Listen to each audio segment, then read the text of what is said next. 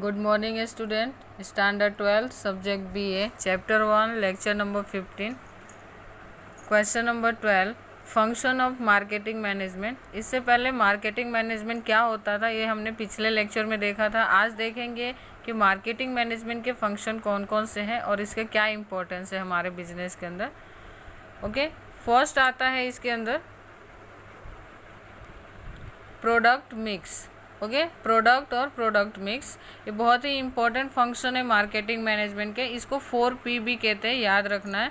4P के full form पूछे तो आपको याद रखना है प्रोडक्ट, प्राइस, प्लेस और प्रमोशन। ठीक है, प्लेस की जगह पे डिस्ट्रीब्यूशन भी पूछते हैं, डिस्ट्रीब्यूशन भी आप लिख सकते हो, उसमें कोई प्रॉब्लम नहीं है। सबसे पहले देखते हैं प्रोडक्ट और product mix. The decision regarding development of a new product or existing product includes appearance, color, size, shape, weight, print, packing, guarantee of work, after sales service, variety of product, etc. Okay, product और product mix के अंदर generally क्या include कर सकते हैं?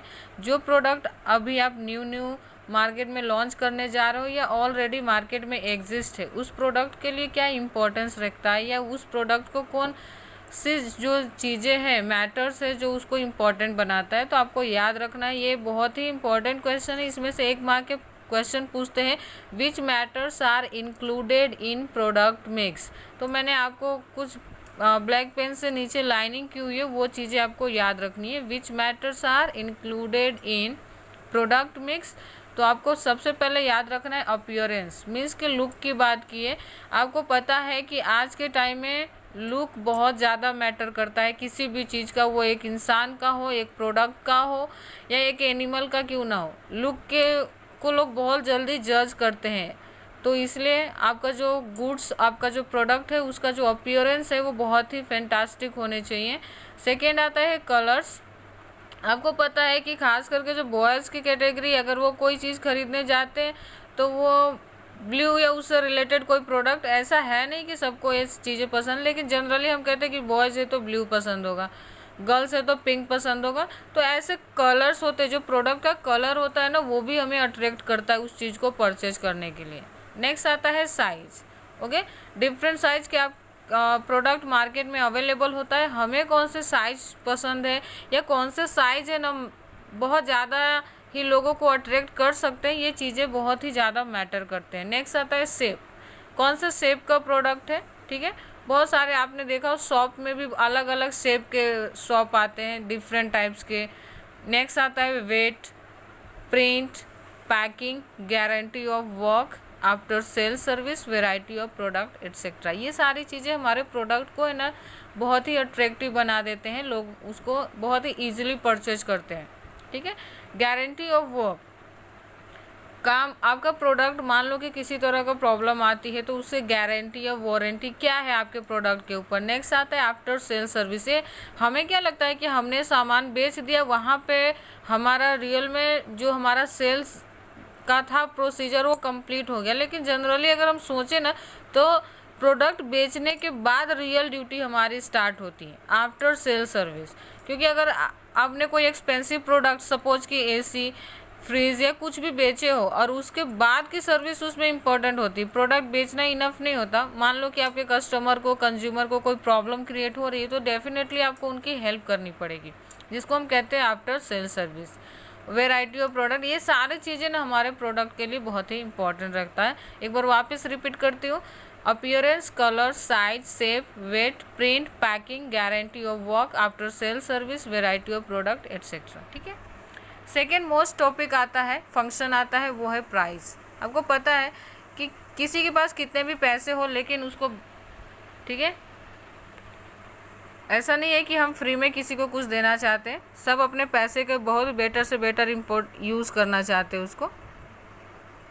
ठीक है, price में देखते हैं, in modern time a consumer expect availability of better quality of goods at reasonable rate. आज के टाइम के लोगों की बात करें, पीपल की बात करें, तो उनका सोचना क्या है, जो कंज्यूमर होते हैं उनका क्या सोचना है कि बहुत ही बेटर क्वालिटी की प्रोडक्ट और सर्विस आपको मिले, लेकिन प्राइस कैसे होने चाहिए, रिजनेबल, ऐसे कि लोग अफोर्ड कर पाए। ठीक है, द प्राइस डिसीजन इंक्लूड, अब जब हम प्राइस किसी प्रोडक्ट का सेट करते हैं तो जनरली उसमें कौन सी चीज़ें मैटर करती हैं, या हमें कौन सी चीज़ों को ध्यान में रखता है? जब हम किसी भी प्रोडक्ट की प्राइस डिसाइड करते हैं तो उस समय हम कौन सी चीज़ों को इंक्लूड करते हैं? याद रखने का, which matters are included in decision of price. तो आपको याद रखना है, सबसे पहला है सेल्स पॉलिसी।